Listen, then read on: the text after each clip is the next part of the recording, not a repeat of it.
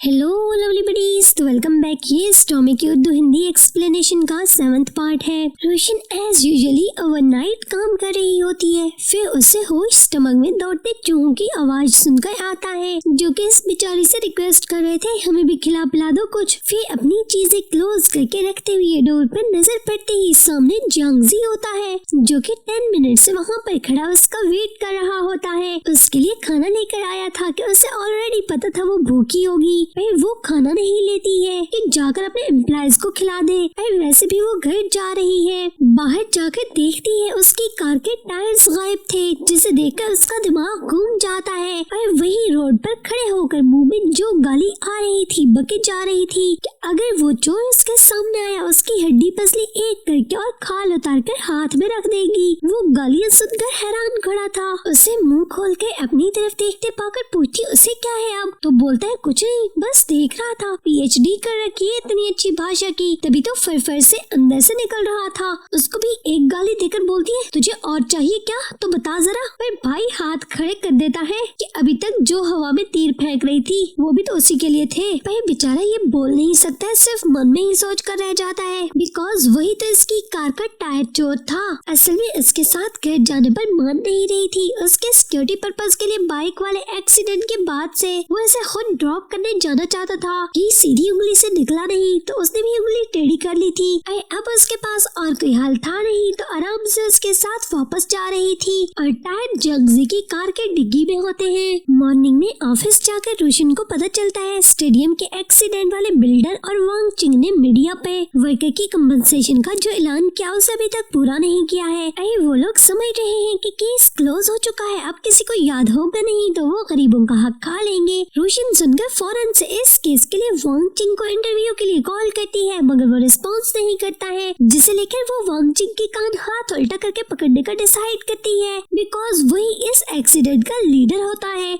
अपने cameraman John को बताए बिना उसके साथ बाहर निकलती है किसी और इंटरव्यू पर जाने का बहाना करके। उसे लग रहा था टायर्स तो गायब है तो टैक्सी करवानी पड़ेगी, मगर देखती है कार तो एकदम अच्छे से पहले वाली हालत में थी। ठोक बजाकर चेक करने के बाद सोचती है क्या कोई प्रैंक खेल रहा है उसके साथ, मगर फिर सोचती है कि जियांगजी को इस सब के बारे में पता था तो जरूर उसने चोर को पकड़ने और इन टायर्स को वापस लाने में उसकी हेल्प की है। तो सोचती है उसको फ्रेंड जोन में डालने के बाद भी वो उसकी इतनी हेल्प कर रहा है और ऐसे सोचकर ही हैप्पी होती रहती है, मगर उससे क्या पता कि चुराए भी तो उसके जियांगजी नहीं थे। और फिर जियांगजी को मन में सोचते हुए काम के लिए निकल जाती है। उसने जॉन को बताया नहीं था कि वांग चिंग के पीछे जा रही है, उसको अभी मालूम हो रहा था तो उसके साथ आने पर बेचारा पछताता है। अगर इससे पहले पता होता तो जरूर कल्टी मार लेता, बिकॉज उसे लगता है अगर इनके सीनियर को पता चला कि इस केस के पीछे पड़ गए हैं फिर से तो इनको डांट पड़ेगी। मगर रोशन बोलती है इसे बिल्कुल भी परवाह नहीं है। वो वांग चिंग की धोती सबके सामने खोलना चाहती है और अभी बैठी प्लान कर ही रही होती है कि तभी जियांगजी विंडो पर नॉक करता है और वो उसे देखते ही कार को रिवर्स में घुमा लेती है जैसे कोई भूत प्रेत देख लिया हो। जियांगजी इस पर पीछे से हंस रहा था, बिकॉज उसने इसकी सेफ्टी के लिए कार में ट्रैकर फिट कर दिया होता है, जिससे इसकी सिक्योरिटी टीम रोशन के कार के मूवमेंट की एक एक पल की खबर उसे दी जा रही होती है। और यून जियांगजी को पता चल गया था कि वो इस होटल के बाहर आई हुई है और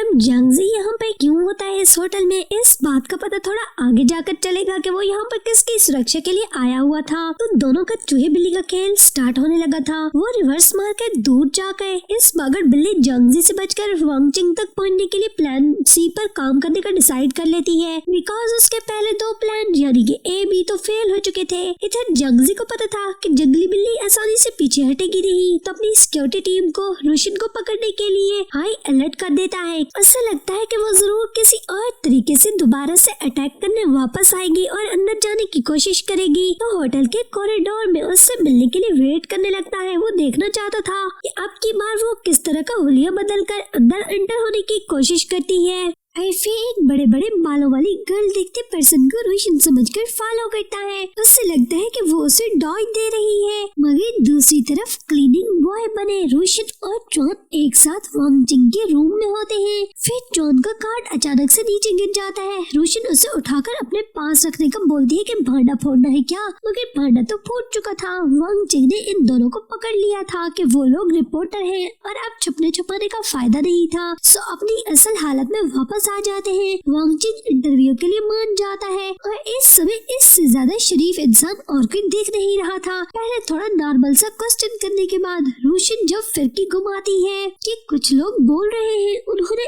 अभी तक वर्कर की कंपनसेशन नहीं की है उस एक्सीडेंट को लेकर। वांग जिन को तो क्वेश्चन सुनते ही चुप लग जाती है और उसे आंखें निकालता रह जाता है जैसे इस क्वेश्चन को इंटरव्यू में से निकालने का बोल रहा हो। और फिर वांग जिन की कुछ भी बोलने से पहले तभी रोशन को कॉल मिलती है जिसमें अब वही बूढ़ी औरत जिसने कि उसे पहले बताया होता है कि उसे अभी तक कंपनसेट नहीं किया गया है, अभी उसको बता रही थी कि इन लोगों को कंपनसेशन मिल गई है। वो फिर वांग जिन को सॉरी करने लगती है कि उसे पक्की खबर उठाकर उसे इंटरव्यू के लिए निकलना चाहिए था, ऐसे ही उस पर इल्जाम नहीं लगाने चाहिए थे, वैसे ही उसे ट्रबल में डाला वगैरह वगैरह। फिर वांग जिन जो कि पहले शरीफ दिख रहा था अब इंटरव्यू क्लोज करवा कर जाते हुए इसे मीठी मीठी धमकी लगाता है। इस बार तो उसकी सॉरी एक्सेप्ट कर रहा है मगर अगली बार इसके खिलाफ एक्शन लेगा सीधा। और वांग जिन के चले जाने के बाद वहाँ पर तभी पुलिस आ जाती है और इन दोनों को पकड़कर ले जाने लगते हैं कि उन्होंने होटल के रूल्स के खिलाफ जाकर कस्टमर को तंग किया। जंगजी भी पुलिस के साथ चिख्ती चलाती दहाइयां देती रोशन को देख लेता है बिकॉज इस बार रोशन उसके साथ खेल गई थी।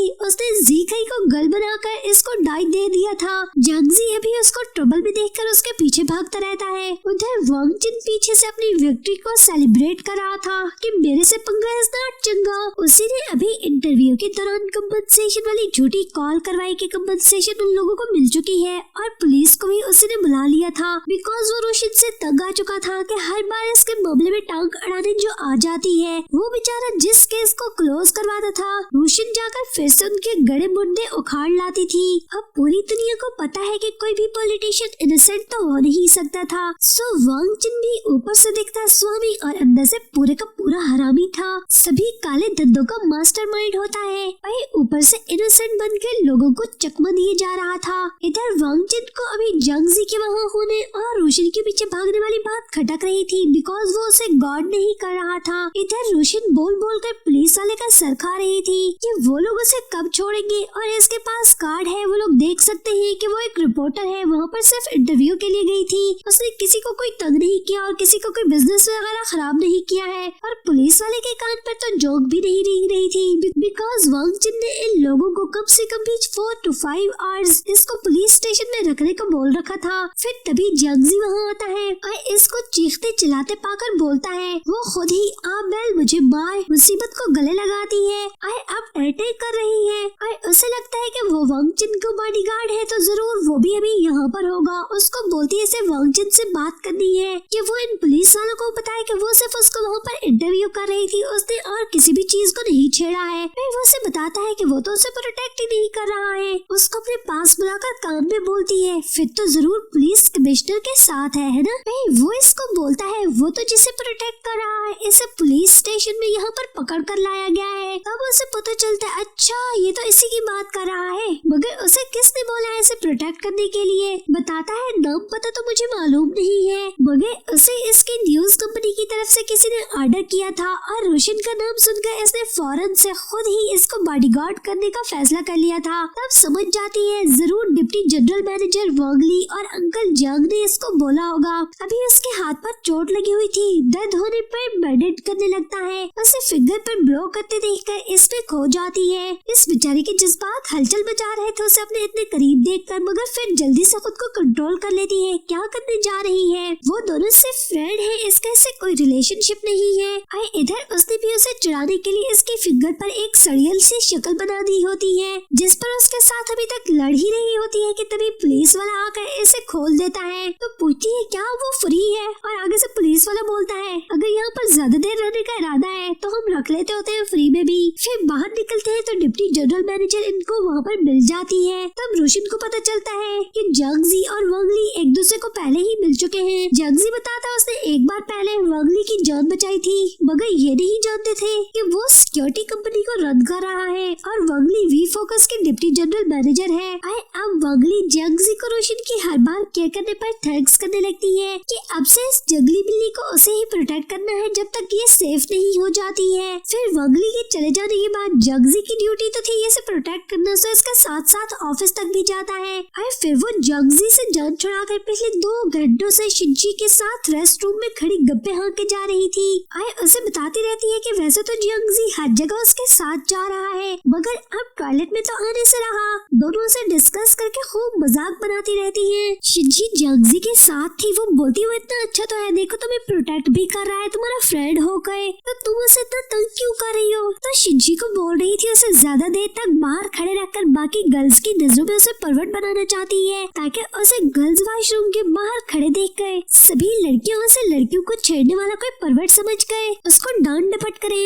इधर वो बाहर खड़ा इनकी सभी आलतू फालतू बकवास झक्कास को सुने जा रहा होता है कि अच्छा तो जंगली बिल्ली मुझे तंग करना चाहती है। उसे पता था कि वो उसे अपने साथ बॉडीगार्ड के तौर पर रखना नहीं चाहती थी, मगर वांगली की वजह से ना नहीं कर सकती थी। और फिर जब गर्ल्स उसे वॉशरूम के बाहर खड़ा देखती हैं, वो पहले ही ना इस तरीके से इनको सॉरी करके बताता रहता है कि उसकी गर्लफ्रेंड अंदर प्रॉब्लम में है, तो उसकी हेल्प के लिए जरा यहाँ पर खड़ा है। तभी सब गर्ल्स उसे लगे रहने का बोलकर वहाँ से चली जाती है कि कितना प्रोटेक्टिव है अपनी गर्लफ्रेंड को लेकर। और रात को रोशन के साथ घर तक उसे छोड़ने जाता है और वो उसे बाहर से चले जाने को बोलती है कि अब वो घर पहुंच चुकी है तो अब ऐसे कोई खतरा नहीं है, मगर वो इसे घर के अंदर ठीक ठाक पहुंचाए बिना जाने वाला नहीं था कि बाहर से तो सब कुछ ठीक लग रहा है और किसी क्या पता कि अंदर जाने तक कुछ भी हो सकता है। और फिर वो लोग जैसे ही घर के अंदर जाते हैं तो रोशन के घर पर एक चोर को छुपा पाते हैं। तभी जंगजी इसको फौरन से कवर कर लेता है और रोशन को फौरन से पुलिस को कॉल लगाने को बोलता है। पुलिस आकर इस चोर को पकड़कर ले जाती है। रोशन जंगजी से छुपाने की कोशिश करती है कि इसे थ्रेट लेटर भी मिलते हैं, मगर उसे वांगली से मालूम हो चुका था